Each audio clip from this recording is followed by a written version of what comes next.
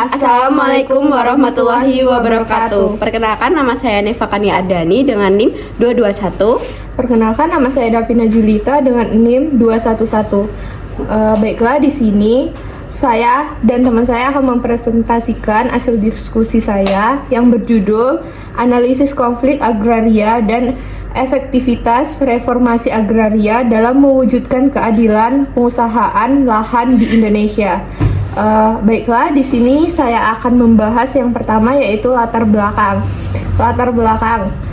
Indonesia sebagai negara agraria masih menghadapi ketimpangan penguasaan tanah meskipun UU PA nomor 5 tahun 1960 telah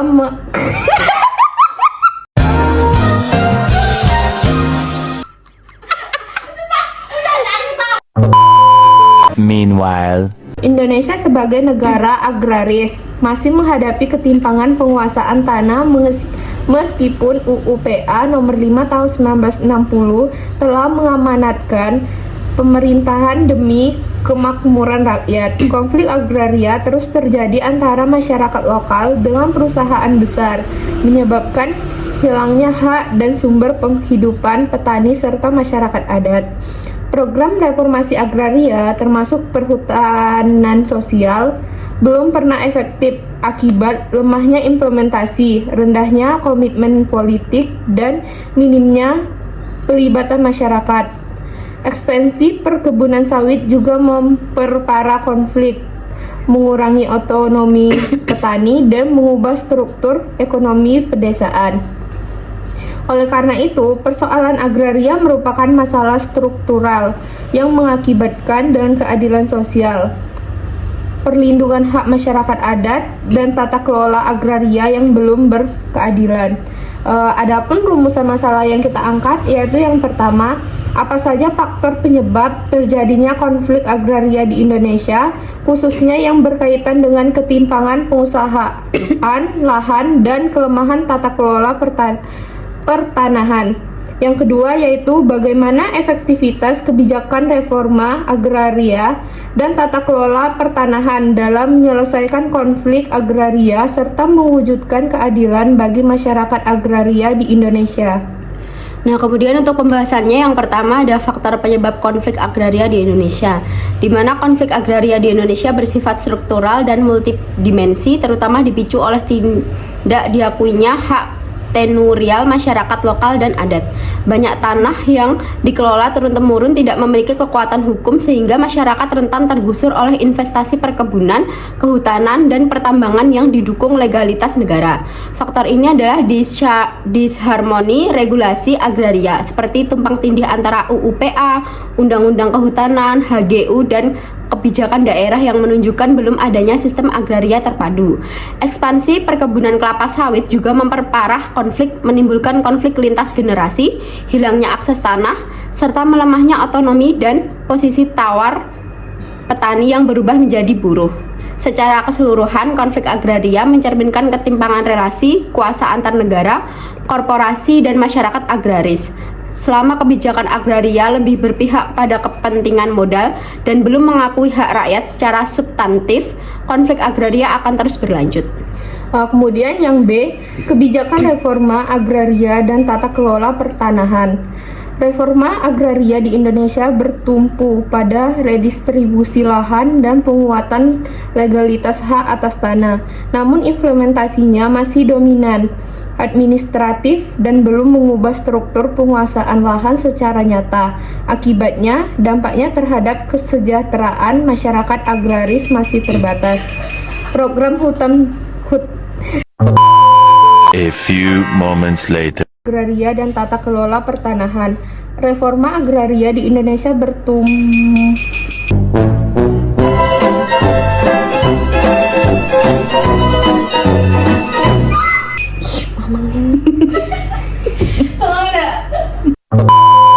later. Kebijakan reforma agraria dan tata kelola pertanahan. Reforma agraria di Indonesia bertumpu pada redistribusi lahan dan penguatan legalitas hak atas tanah. Namun implementasinya masih dominan administratif dan belum mengubah struktur penguasaan lahan secara nyata.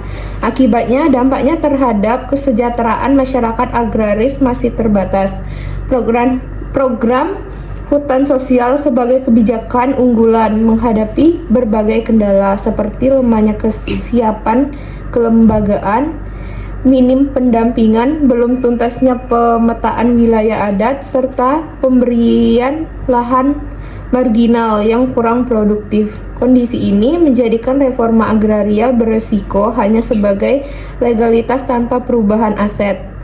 Selain itu, penyelesaian agraria yang bertumpu pada jalur litigasi dinilai kurang efektif karena prosesnya panjang, mahal, dan cenderung merugikan masyarakat. Oleh sebab itu, pendekatan keadilan restoratif melalui dialog dan pengakuan hak masyarakat dipandang lebih berpotensi menghadirkan keadilan substantif.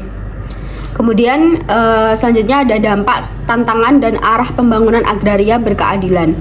Konflik agraria di Indonesia berdampak luas pada aspek ekonomi, sosial, dan ekonomi. Kehilangan lahan menyebabkan meningkatnya kemiskinan pedesaan, melemahnya kemandirian ekonomi petani, konflik sosial, kriminalitas masyarakat adat, serta kerusakan lingkungan akibat alih fungsi lahan dan deforestasi. Upaya reforma agraria masih menghadapi tantangan struktural seperti belum tuntasnya pengakuan hak masyarakat adat, tumpang tindih regulasi, rendahnya kapasitas masyarakat dalam mengelola tanah, serta penyelesaian konflik yang masih bertumpu pada jalur litigasi. Selain itu, keberhasilan kebijakan lebih diukur dari capaian administratif, bukan peningkatan kesejahteraan dan keadilan sosial. Kondisi ini menunjukkan perlunya arah pembangunan agraria yang lebih berkeadilan dan berpihak pada masyarakat. Kemudian yang D, upaya hukum dalam mengatasi masalah agraria. Upaya hukum dalam menyelesaikan masalah agraria menekankan peran aktif negara dalam menjamin kepastian dan keadilan hukum melalui penegasan UU PA dan UU nomor 56 tahun 1960 tentang Land Reform. Pemerintah berwenang mengendalikan penguasaan tanah oleh korporasi dan masyarakat agar tidak terjadi ketimpangan. Kemudian langkah penting lainnya adalah menetapkan batas maksimum penguasaan tanah sebagaimana diamanatkan Undang-Undang Dasar 1945 dan UU PA. Tanah yang melebihi batas maksimum dapat diambil negara dengan ganti rugi untuk kemudian didistribusikan kepada rakyat yang membutuhkan. Pemilik tanah yang melebihi ketentuan wajib melapor kepada kantor pertanahan dan pengalihan hak atas tanah dibatasi serta memerlukan izin dengan sanksi tegas bagi pelanggar. Selain itu, pemerintah menjamin tambahan lahan pertanian melalui PP nomor 65 tahun 2019 dengan menyediakan tanah negara bagi petani yang tidak atau kurang memiliki lahan, disertai dukungan permodalan. Seluruh upaya tersebut bertujuan mewujudkan keadilan sosial dan menjamin hak warga negara atas pekerjaan dan penghidupan yang layak sesuai Undang-Undang Dasar 1945. Kemudian untuk kesimpulannya yaitu permasalahan agraria di Indonesia bersifat multidimensi dan berakar pada ketimpangan penguasaan tanah yang belum teratasi meskipun telah ada UU PA 1960 dan program reforma agraria. Implementasi kebijakan masih lemah terutama karena fokus pada legalitas administratif tanpa perubahan struktural serta belum diakuinya hak masyarakat adat serta secara memadai.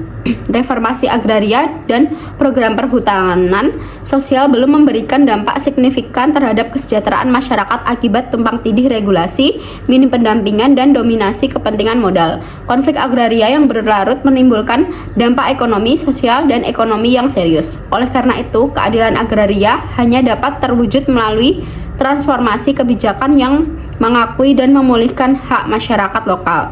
Didukung pendekatan partisipatif, penyelesaian konflik non-litigatif, serta reformasi tata kelola tanah yang berkeadilan dan berkelanjutan.